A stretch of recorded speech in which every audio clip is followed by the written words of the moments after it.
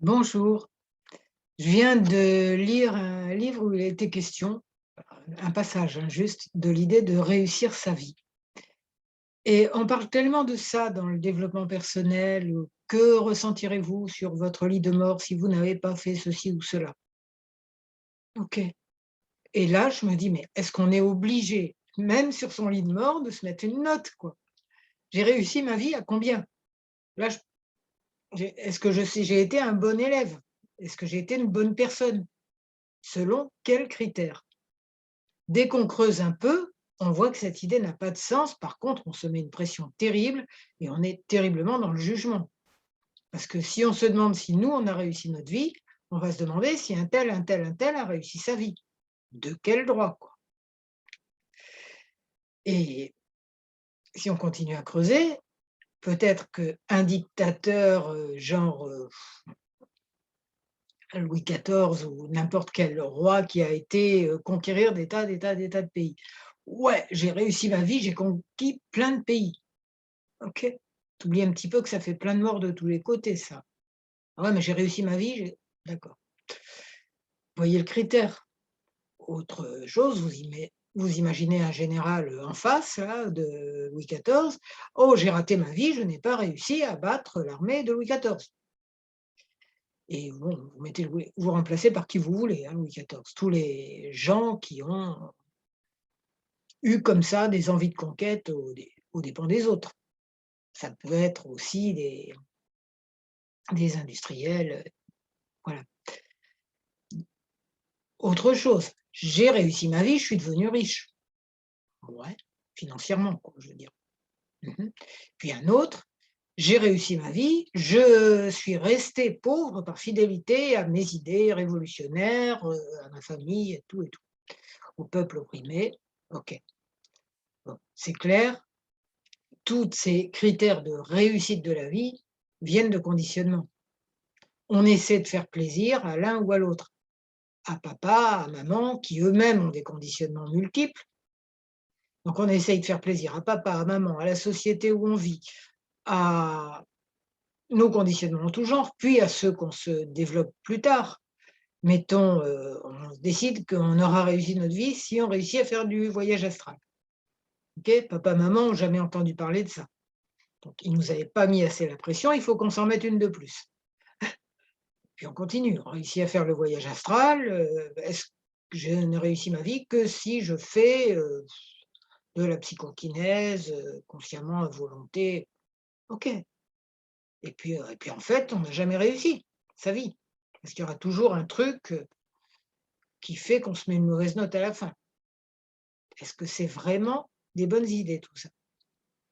Donc si on voit déjà que l'idée de réussir notre vie vient de conditionnement, donc uniquement du mental et pas du tout de notre sagesse intérieure,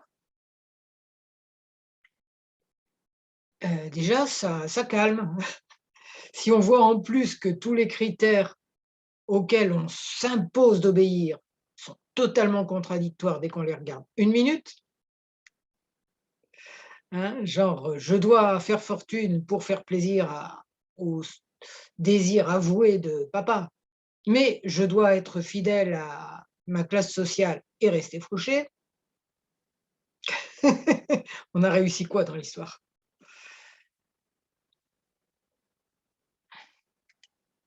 Alors donc tout ça, c'est uniquement le mental qui sort ses disques, tantôt l'un, tantôt l'autre, et il y a absolument pas de critère de comment je vais me sentir quand je vais passer de l'autre côté. Parce que, voilà, j'ai pas à me mettre une note, quoi. C'est quand même un événement un petit peu émouvant, on va dire, un petit peu perturbant, même si ça nous est arrivé des milliers de fois. On va pas, en plus, se casser les pieds tout seul, ni se casser les pieds toute notre vie avec: «Je dois ceci, je dois cela». Donc sagesse intérieure, qu'est-ce que tu as envie, toi? Parce que toi, tu t'en fiches complètement que je réussisse tel ou tel critère. Et je pense un peu à la phrase de Boris Vian: «Je n'ai pas à gagner ma vie, je l'ai déjà». Hein, il disait ça au sens argent, mais ça peut être à tout point de vue. Je n'ai pas à réussir ma vie puisque je l'ai, je suis vivante. Donc réussi. On va faire un peu de FT pour, intégrer un peu tout ça, parce que là, notre logique, OK, elle se dit: «Ah oui, quand même». Mais on va recommencer à se mettre la pression à la première occasion, donc un peu de FT pour, arrêter ça. Je me présente, je suis Claude Canivez, thérapeute EFT. Vous avez plein de renseignements sur le l'EFT en dessous de cette vidéo et on peut commencer à en faire tout de suite, même si vous ne connaissez pas, parce que c'est très, très simple. C'est des points d'acupuncture qu'on stimule en tapotant. Donc vous faites les mêmes gestes que moi, vous répétez les mêmes phrases et si vous avez envie de mettre un commentaire après, c'est bienvenu. C'est parti. Même si j'ai très peur d'avoir raté ma vie, vous répétez. Parce que je crois avoir des idées très précises sur ce que c'est que la réussir.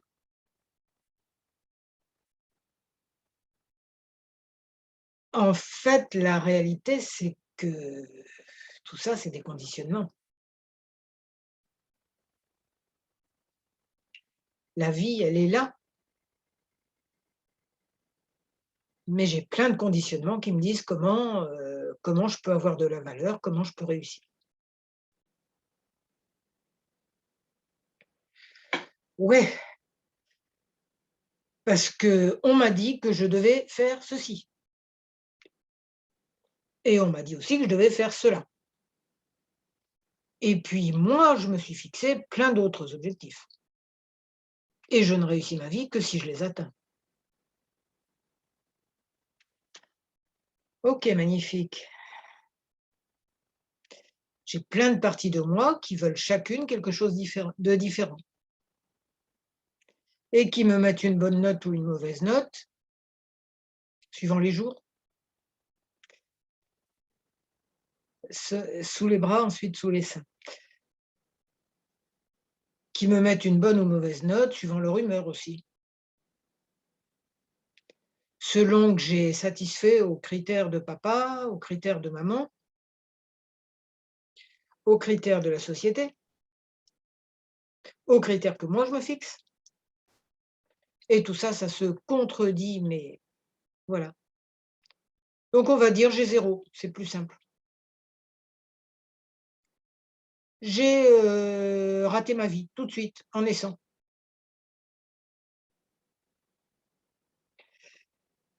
Ah, je peux pas faire pire en fait. Bon, bah 0. Et quelle importance ça a après tout? Qui met 0? Mon mental? Et la vie en moi, elle met quoi? Bah, elle met super, réussi, très bien, bravo, tu es là. Le plus sympa, ma sagesse intérieure quand même, que mon mental avec toutes ses conditions et ses complications.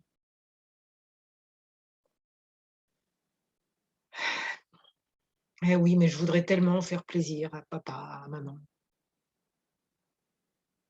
Je voudrais tellement être moi-même, détachée des désirs de papa et maman. Ça commence déjà à être compliqué. Et si je me fichais un peu plus la paix? Et si j'arrêtais de vouloir être ceci, cela?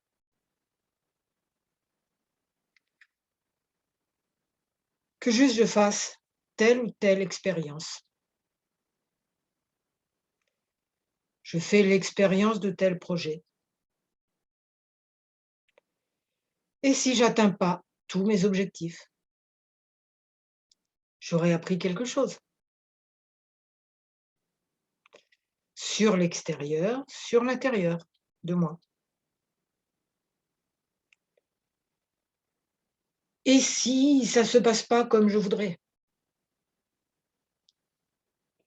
Qui c'est le «je» qui voudrait?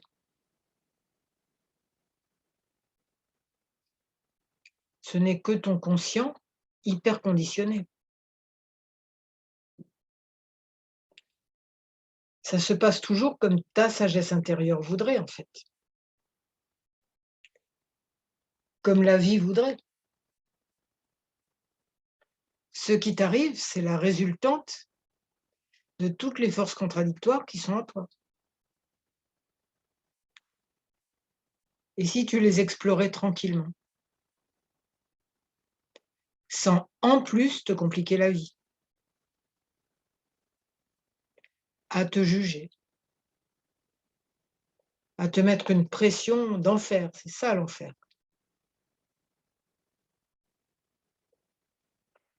Ouais, et si j'observais juste la vie en moi,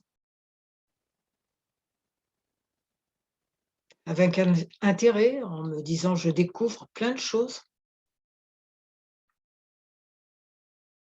sur moi, sur l'univers, sur les désirs des uns et des autres, sur les miens».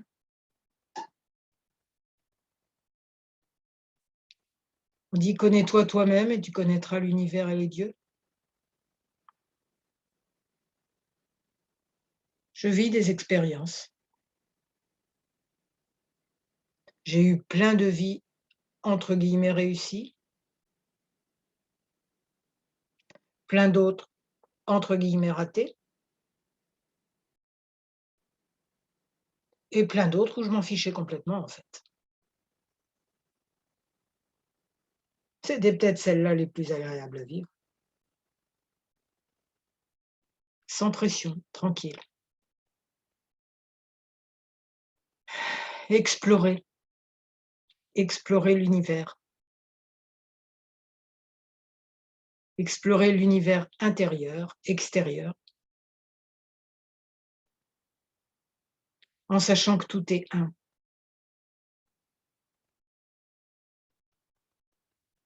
et que finalement rien n'a vraiment d'importance.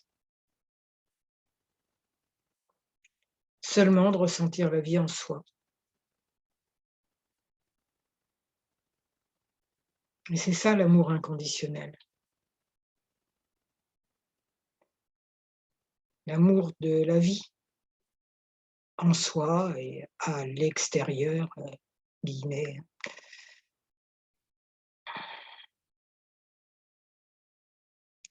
Tout est un. La vie est réussie, forcément. Un peu plus relax, ça sera bien. Pas d'objectif, juste des expériences. Ou l'expérience d'avoir tel objectif. Relax.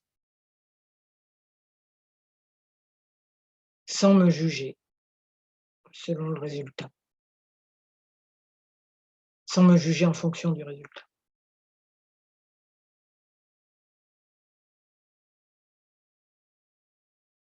Je suis la vie, une forme de la vie. Nous sommes tous une forme momentanée que prend la vie.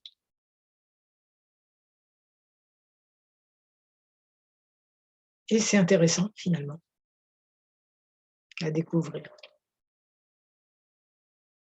Et tout cela, c'est pour mon plus grand bien et pour le plus grand bien de tous. Voilà, si ça permet d'être un peu plus relax par rapport aux objectifs qu'on doit atteindre, sinon on n'est pas une bonne personne. Il faut ça, si je l'ai pas, c'est horrible. Non, stop quoi. Stop. Voilà, j'espère que ça vous aura fait du bien et dans ce cas-là, si vous avez envie de mettre un j'aime, de vous abonner à ma chaîne YouTube et à mon blog qui s'appelle J'aime le FT, tous les liens sont en dessous. Ça me ferait très plaisir et je vous souhaite beaucoup de bonheur et je vous remercie.